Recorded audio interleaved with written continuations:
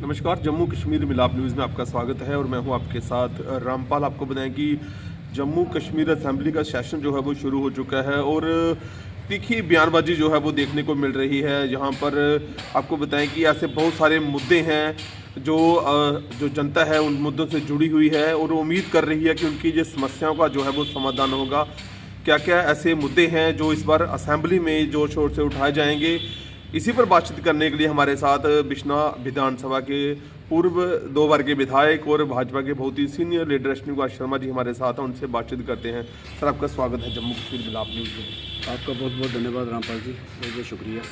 Sir, तीखी जो है वो बयानबाजी सामने आ रही है, चाहे डिप्टी सीएम की बात करें या भाजपा के नेताओं की बात करें, लेकिन जो असल मुद्दे हैं जो जिनसे जनता जुड़ी हुई है, जो मेन आप क्या देखते हैं जो मेन मुद्दे हैं, खास करके जो डेली वेजेस हैं और भी जो इस तरीके की समस्या हैं जो अभी तक जिनका स्थायी समाधान नहीं हो सका है? देखिए, ये जम्मू कश्मीर लेजिस्लेटिव असेंबली का बजट सेशन है। ये बजट सेशन होता है, लंबा चलता है, बजट भी पेश होगा और इसी पे पूरे साल का जो है वो दारोमदार जो है वो तय होता है। सरकार किस नज़रिए से इस सेशन को लेती है और बजट कैसा जो है वो स्टेट बजट कैसा आता है। अभी आपने देखा होगा कि हमारा जो नेशनल बजट जो है अभी पेश हुआ, हमारी माननीय वित्त मंत्री निर्मला सीतारमण जी ने जो बजट इस साल का 2026-27 का पेश किया, एक बड़ा ही बैलेंस बजट जो है वो पेश किया था। यहाँ हर वर्ग के लोगों को ध्यान में रख के और विकसित भारत 2047 तक का जो संकल्प है उसको देखते हुए ये बजट जो वो आया, जिसमें किसान हो, गरीब हो, मजदूर हो, युवा हो, महिला हो, infrastructure, rural area, urban area, सबको बैलेंस करके ये बजट जो है वो केंद्र सरकार ने जो दिया था। जम्मू कश्मीर की असेंबली जो कल हमारे जो लेफ्टिनेंट गवर्नर हैं मनोज सिन्हा जी, उनका एड्रेस हुआ था और आज उस एड्रेस में जो डिस्कशन है वो असेंबली के अंदर चल रहा है। आपने देखा होगा कि आज भी सुबह सुबह बहुत सारे ऐसे इश्यूज़ हैं जो बर्निंग इश्यूज़ हैं, जो कई सालों से लगातार लोगों की एस्पायरेशंस हैं, एक्सपेक्टेशंस हैं और सरकार को ये इस सेशन के अंदर ये कुछ ना कुछ फैसले जो हैं वो लेने पड़ेंगे।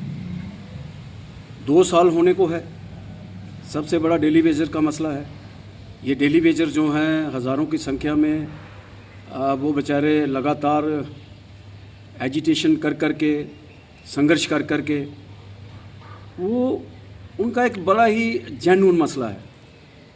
जो पिछले सेशन में जो बजट सेशन था उसमें एक कमेटी फ्रेम की थी गवर्नमेंट ने, आज तक उसकी रिपोर्ट कहाँ है कोई पता नहीं है। लेकिन अभी सरकार को चाहिए, उमर सरकार को चाहिए कि इस सेशन के अंदर कुछ ना कुछ वो ऐसा फैसला लें कि डेली वेजर का जो मसला कई सालों से पेंडिंग है उस मसले का हल हो।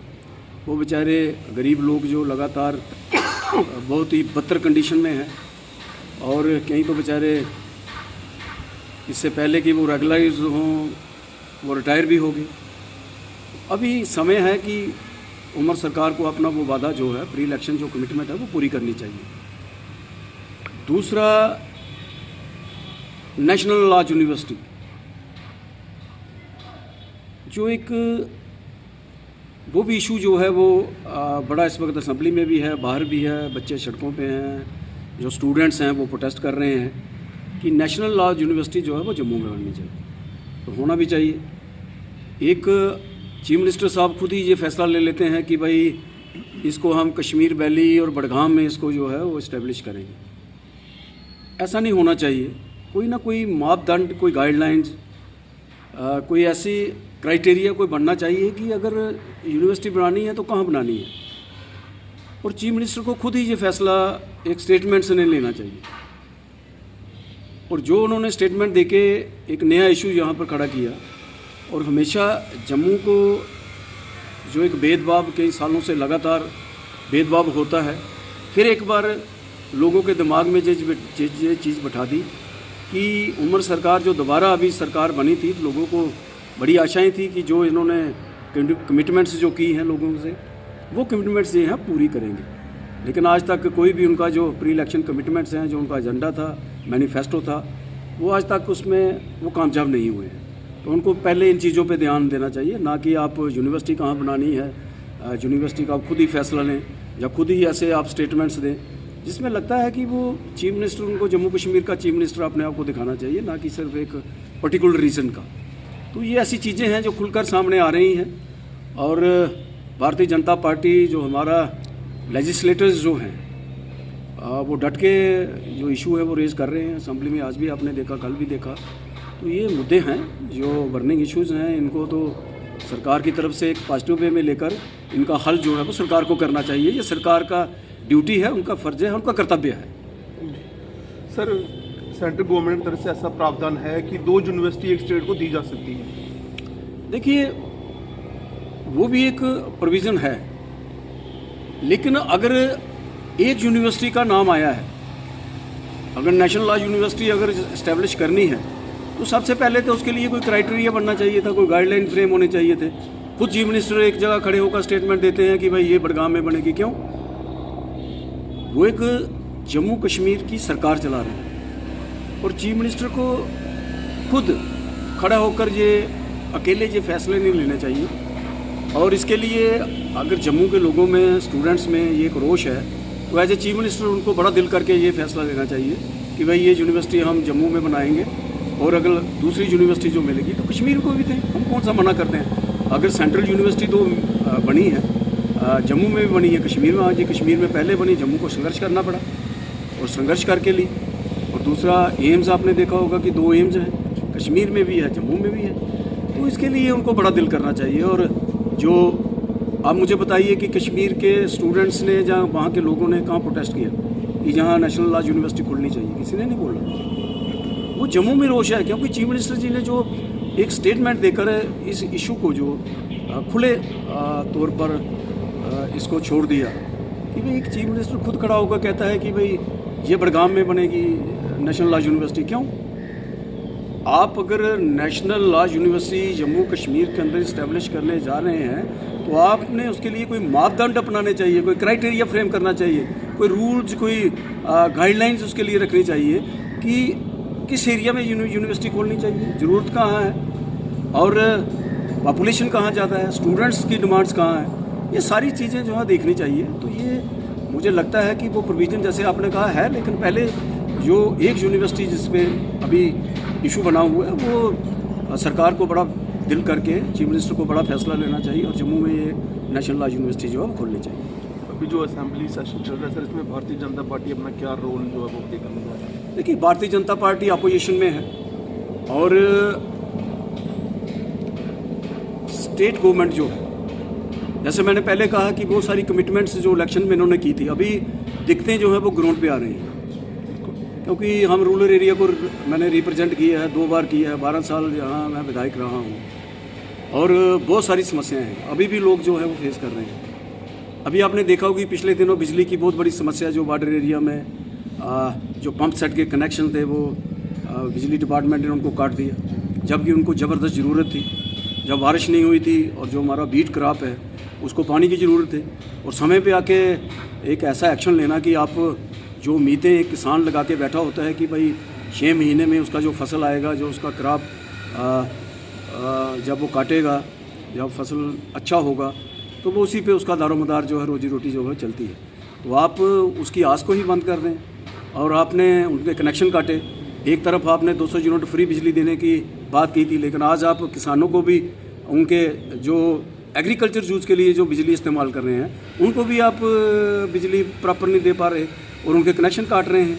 ये कौन सी आप सरकार जो है वो चला रहे हैं? ये प्रो पीपल सरकार है या एंटी पीपल सरकार है? आपने जो कमिटमेंट्स किए हैं, आपने 200 यूनिट बिजली फ्री देने का वादा किया था, कम से कम किसानों के लिए तो कुछ ना आप बिजली के लिए इस पावर सेक्टर में कुछ ऐसे एग्जेम्प्ट कीजिए, उनको कोई रिलीफ दीजिए ताकि वो कम से कम अपने पंप सेट तो चला सकें जो अपने सोर्स उन्होंने डेवलप किए हैं। नहरें आपकी चल नहीं रही, नहरों में आपने देखा कितनी देर से नहरें बंद हैं और प्रॉपर तरीके से जो इरीगेशन डिपार्टमेंट है जो वो इस पर काम नहीं करता और हर साल ये होता है कि टेल एंड तक पानी नहीं पहुंचता और सारा जो दारोमदार होता है, आप जितना भी खाद का इस्तेमाल करो, जितना बीज अच्छा डालो, जितनी बुआई अच्छी करो, लेकिन जब तक पानी टाइम पे नहीं मिलेगा आपका फसल अच्छा हो ही नहीं सकता, जो मर्जी आप कर लो। तो अगर महाराजा के टाइम की बनी हुई 2 नहरें हैं, जो एक सोर्स महाराजा साहब ने जो सोर्स बनाए थे, और जहाँ की जो सरकारें रहीं आफ्टर इंडिपेंडेंस, कोई भी नया सोर्स जो है वो इरिगेशन वाटर का वो डेवलप नहीं कर पाए जहाँ। और बदकिस्मती हमारी है कि आज भी हमें पानी के लिए तरसना पड़ता है, इरिगेशन वाटर के लिए। आपके इरिगेशन ट्यूबवेल जो हैं वो डिफंक्ट पड़े हैं। आप जो डिपार्टमेंट चला रहे हैं, जो अधिकारी हैं या जो मिनिस्ट्री है, इस पर क्या कर रहे हैं वो? उनको इस पर ध्यान देना चाहिए, काम करना चाहिए, ताकि कम से कम किसानों को तो आप बख्शो, जो उनकी ज़रूरतें हैं उनकी आप पूरी करो। वाटर पे लोग आगे ही बहुत सारी दिक्कतों का सामना करते हैं, और आप कम से कम उनको कोई ना कोई रिलीफ तो दो। ये सारी चीज़ें हैं जो इस वक्त सरकार को सोचनी चाहिए, और हमारे विधायक जो हैं वो अपना काम कर रहे हैं, और समय समय पर ये इशू जो हैं वो अधिकारियों के समक्ष भी और सरकार के समक्ष भी वो हैं उठा रहे हैं। जी, तो बहुत अच्छी बात पूर्व विधायक जी द्वारा जो है वो कही गई है कि जिस तरीके से जो मुद्दे हैं, जो ज्वलनशील मुद्दे हैं, जो आम जनता से जुड़े हुए मुद्दे हैं, उनको जो है वो भारतीय जनता पार्टी द्वारा जो रामपाल जी, एक चीज़ मैं आपको कहना चाहूँगा जो अभी बहुत बड़ा इशू है। जी सर। जैसे फर्टिलाइज़र की अभी कमी लोगों को देखने को मिल रही है। जी बिल्कुल। और उस पर ब्लैक मार्केटिंग भी हो रही है। अभी आपने देखा होगा कि हमारी ही पार्टी के जो किसान नेता हैं, हमारे प्रदेश अध्यक्ष हैं, और हमारा जो विधायक हैं यहाँ के, उन्होंने इसका संज्ञान लिया था, और थोड़ा सा डिपार्टमेंट जागा था। मैं आपके इसी चैनल के माध्यम से डिपार्टमेंट से ये कहना चाहता हूँ कि जो आपका इन्फोर्समेंट डायरेक्टरेट जो आपने बनाया है, जो डायरेक्टर या उनकी टीम जो बनाई हुई है, आपको ज़रा फील्ड में निकलना चाहिए, और जो डीलर जिसके हैं, जो ये सारा फर्टिलाइज़र जो सप्लाई कर रहे हैं, मैं उनसे भी ये कहना चाहता हूँ कि आप भी थोड़ा सा परमात्मा से डरें, और कम से कम किसानों के साथ ऐसी चीज़ें मत कीजिए। आप उनके जो वाजिब रेट जो हैं, जो गवर्नमेंट के फिक्स किए हुए रेट हैं, उसी रेट पे जो है वो फर्टिलाइज़र जो लोगों को दीजिए। और सरकार से मैं ये कहना चाहूँगा कि जो भी रैक आप लगा रहे हैं, और इसको तेज़ कीजिए, ताकि समय पे फर्टिलाइज़र जो लोगों को मिले और सही कीमत पे मिले।